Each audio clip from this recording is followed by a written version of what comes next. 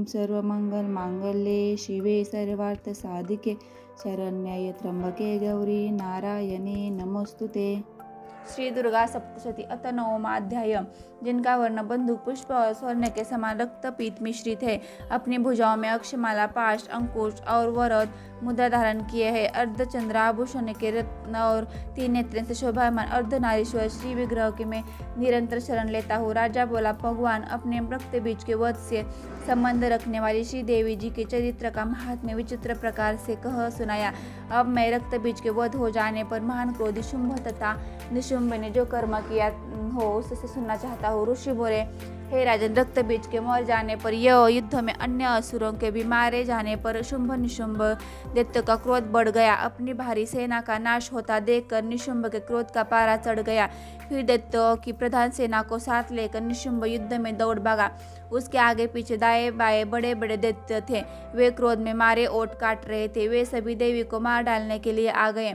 कुपित होकर शुंभ भी अपनी सेना के साथ मातृगणों से लड़कर चंडिका को मार डालने की इच्छा से आ गया। तब देवी जी ने साथ शुंभ निशुंभ का बड़ा भारी युद्ध होने लगा। दोनों दैत्य बादलों की तरह बाणों की वर्षा करने लगे। अपने बाणों के समूहों से चंडिका ने उनके बाण काट दिए। फिर शस्त्र समूहों ने से उन दैत्यों के अंगों पर प्रहार किया। निशुंभ ने तीखी तलवार तथा चमचमाती ढाल उठा ली और देवी के पराक्रमी वाहन सिंह के सिर पर प्रहार किया। अपने वाहन पर इस प्रकार प्रहार होता देखकर देवी ने क्षुरप नामक बाण द्वारा निशुंभ की बड़ी तलवार तथा 8 चंद्रों वाली ढाल काट दी। ढाल के कट जाने पर उस दैत्य ने शक्ति चलाई। उसे सामने आता हुआ देखकर देवी ने चक्र द्वारा उसके 2 टुकड़े कर डाले। तब अत्यंत कुपित होकर निशुंभ दानव ने शूल उठा लिया और उसे फेंक दिया। देवी ने मुक्के के प्रहार से उसे भी चूर चूर कर दिया। गदा उठाकर फिर चंडिका की ओर उसने फेंकी। देवी ने उसके भी त्रिशूल द्वारा काट दिया और वह भस्म हो गई। उसके अनंतर दैत्यराज को फरसा उठाया था देखकर देवी ने बाण समूहों से प्रहार कर उसे पृथ्वी पर पटक दिया। अपने भयानक पराक्रमी भाई निशुंभ के इस प्रकार धराशायी होने पर शुंभ क्रोध में भर गया और अंबिका को मारने के लिए सामने आया। यह रथ पर बैठा था, उसकी बड़ी बड़ी अनुपम 8 भुजाएं थी। उनके भयंकर शस्त्र शोभायमान थे। उन भुजाओं से सारे आकाश को ढांककर वह शोभित हो रहा था। उसे इस प्रकार आता देखकर देवी ने शंख बजाया और धनुष का अत्यंत टंकार किया। समस्त दैत्यों के तेज को हरने वाले अपने घंटों का शब्द करके उसने चारों दिशाओं को भर दिया। तब सिंह ने बड़े बड़े हाथियों के महामार्ग को चूर करने वाली गर्जना लगाई। उससे आकाश पृथ्वी और दशों दिशाओं गूंज उठी।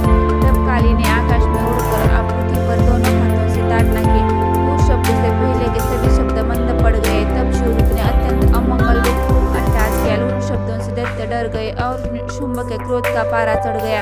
फिर जब अंबिका ने कहा कि हे दुरात्मन ठहर, तब आकाश में से देवता जय जयकार करने लगे। शुंभ ने आगे बढ़कर आग बरसती हुई भयानक शक्ति चलाई। अग्नि के पहाड़ की तरह इसे आती हुई देखकर देवी ने अग्नि की भारी उल्का से उसे हटा दिया। शुंभ ने फिर सिंहनाद किया। उससे त्रिलोकी गूंज उठी। हे राजन, उस सिंहनाद का इतना घोर शब्द था जैसे कि वज्रपात हो।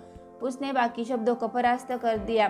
तब शुंभ द्वारा छोड़े हुए बाणों को देवी ने तथा देवी द्वारा बनाए बाणों को शुंभ ने अपने अपने उग्र बाणों द्वारा सैकड़ों हजारों टुकड़े कर दिए। तब चंडिका ने कुपित होकर शुंभ को शूल से मारा। उसके लगते ही वह मूर्छित होकर पृथ्वी पर गिर पड़ा। इतने में निशुंभ चैतन्य होकर वहां पहुंच गया। उसने हाथ में धनुष लेकर बाणों से काली तथा सिंह पर प्रहार किया। उस दानवराज ने अपनी 10,000 भुजाएं बना ली। फिर चक्रों का प्रहार करने लगा और चंडिका जी को आच्छादित कर दिया। तब घोर संकटों का नाश करने वाली भगवती दुर्गा ने अपने बाणों से उन चक्रों को तथा सभी बाणों को काट गिराया।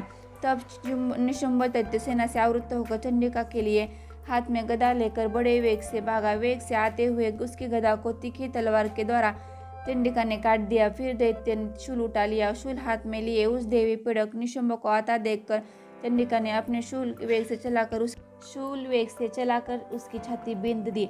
उसकी छाती के फटते ही उसी छाती से एक और महाबली पुरुष निकला। वह खड़ी रह इस प्रकार कहने लगा। उसे निकलते हुए पुरुष की बात सुनते ही देवी अट्टहास करके हंसी और तलवार से उसका सिर काट दिया। तो वह पृथ्वी पर गिर पड़ा। तब भयानक दाढ़ों वाला सिंह दाढ़ों से दैत्य के सिर कुचल कुचल कर खाने लगा। इसी प्रकार काली तथा शिवदूत ने बहुत से दैत्यों का भक्षण कर डाला। कितने एक दैत्य तो कौमारी शक्ति से नष्ट हो गए, ये कितने एक ब्रह्मांड के मंत्रों के से पवित्र जल द्वारा तेजोवत होकर भाग गए। कई एक माहेश्वरी शक्ति से छिन्न होकर गिर गए। कितने एक वाराही शक्ति के तुंड प्रहार से चूर्ण चूर्ण होकर पृथ्वी पर समा गए। वैष्णवी शक्ति ने चक्र द्वारा दानों को टुकड़े टुकड़े कर डाला। इंद्र के हाथ से छूटे हुए वज्र द्वारा कितने एक अमीपुर पहुंचे। इसी प्रकार कुछ एक असुर तो नष्ट हो गए, कुछ एक घोर संग्राम से भाग गए। ये कितने एक दैत्य को काली तथा शिवदूत ने खा डाला और कई एक सिंह के ग्रास बन गए। इति श्री मार्कंडेय पुराणे सार्वजनिक मन्वंतरे देवी महात्म्ये निशुंभवध नाम 9वां अध्याय।